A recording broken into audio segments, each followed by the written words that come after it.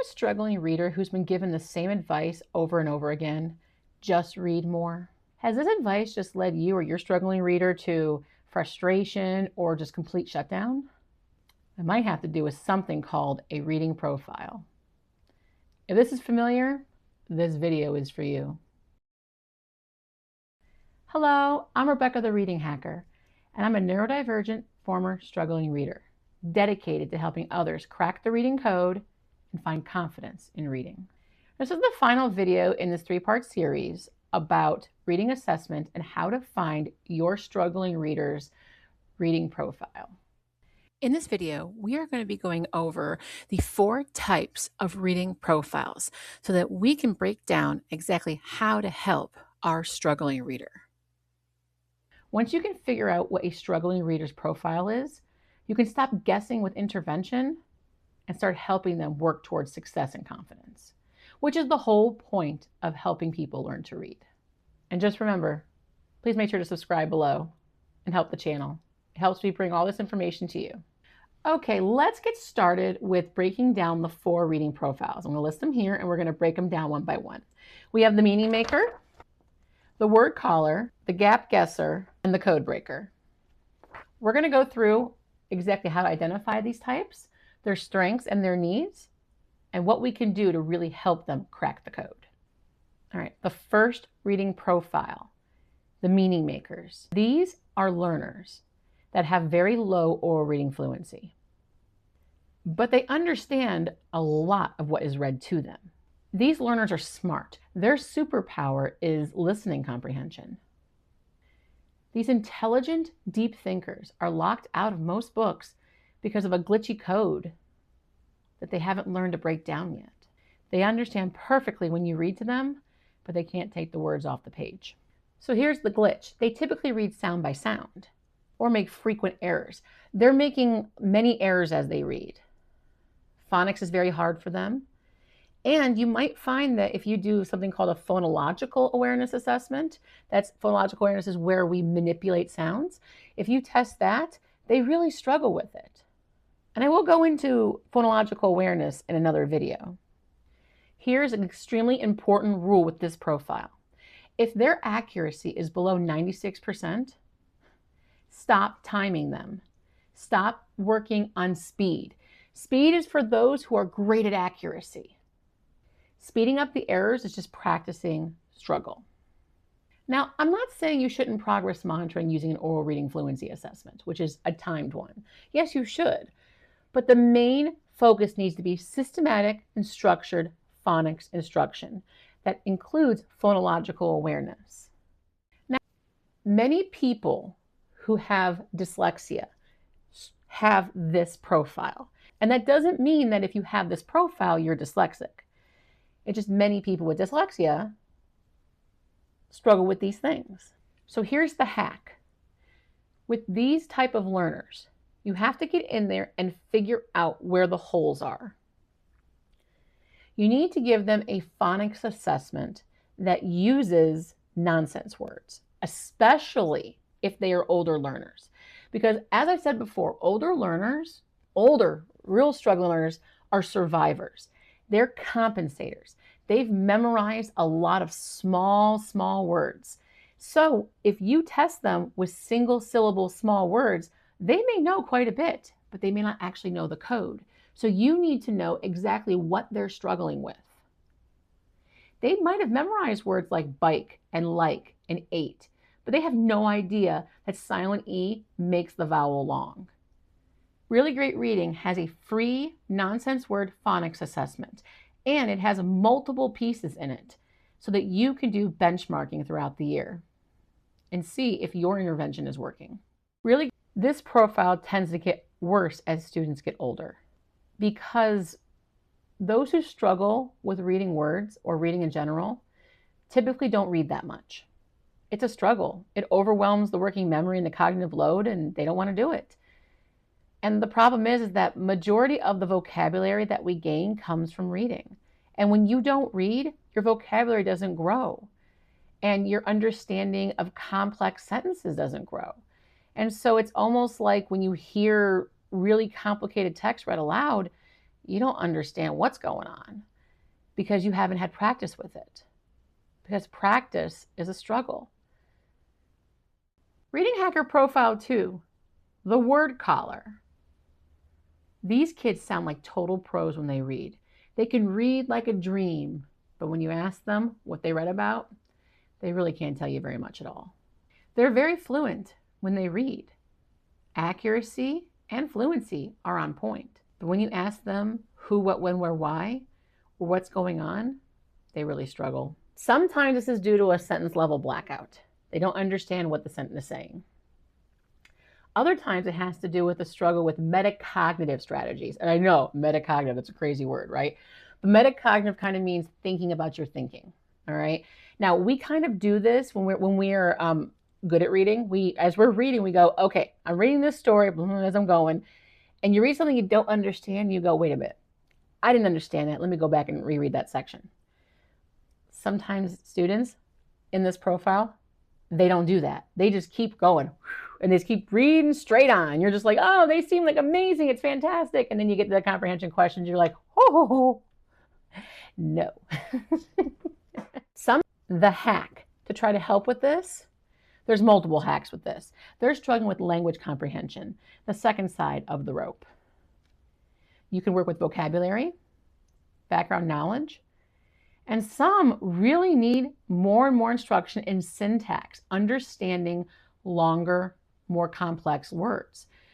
You get kids who can understand the dog ran down the street, but when you throw commas, semicolons, you make them extremely large, you use all kinds of conjunctions, and whew, it gets real technical real quick, meaning can get lost, especially if you throw in some figurative language. Using syntax to help figure out the who and the what. And this is something that you can practice at home as a parent, reading paragraphs or sentences, or when you watch a video or a movie, or having a kid play a video game, asking them the who and the what. Who is it about? And what is happening? Those who have characteristics of something called hyperlexia will have this issue of being able to read all the words and not understand what they're reading. And so sometimes this goes along with students who are on the autism spectrum. Sometimes students with ADHD will have this as well, especially when metacognitive strategies or not thinking about your reading come into play when it comes to ADHD, because those of us with ADHD will just read through and not self-check unless there's a reason, which is another point. You should always give a purpose for reading for somebody, well, for any student, but especially of ADHD, because that will keep our focus on what we need to do and not just, woohoo, squirrel. The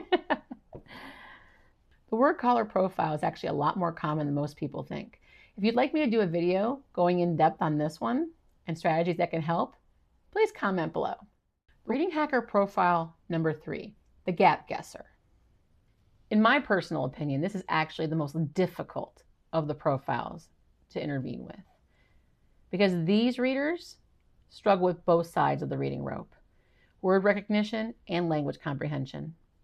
They have low oral reading fluency scores and low maze assessment scores. They're not understanding the words and they don't understand on the meaning, on the sentence meaning.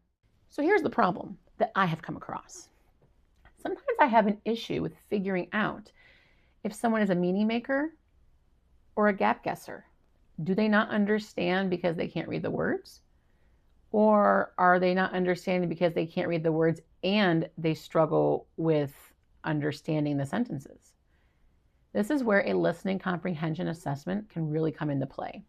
I'm still looking for a normed official one online, but you can go ahead into AI and create any kind of listening comprehension, or just take a grade level text from what you're working with and read it out loud and ask the student questions. And if they could understand, and it's probably the words are getting in the way. But if they don't understand that either, if they don't understand the text read to them, you might have a gap guesser there. With these type of learners, we need to rebuild the foundation and give them massive language support. They need double dosing of reading intervention. And the problem we're having right now in public schools today in the United States is that middle school and high schools are not built for this type of intervention. The schedule just isn't. And we have so many struggling learners who are getting to middle school and high school who cannot read. Yet the schedule does not reflect how we can put intervention in. The schedule is set up assuming students know how to read. And the way we teach teachers are also set up that way. Many teachers in the United States who have a 7th through 12th grade license have not had instruction on how to teach fundamental reading because they're more content specialists. They're awesome teachers, but they know about the subject that they're teaching because they're teaching that subject at a higher level. Take the biology teacher who's teaching honors biology. You want them to really be good at biology. You want them highly qualified. But unfortunately, the biology teacher, the government teacher, the health teacher, heck, even the gym teacher are starting to have to learn that they're going to have to start teaching reading because we have so many kids who are not reading on grade level right now in the United States.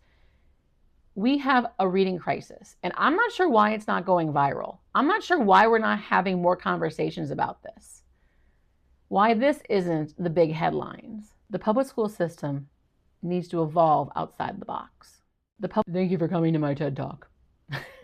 The Reading Hacker Profile 4. We're going to end on a high note here. This is called the Code Breaker.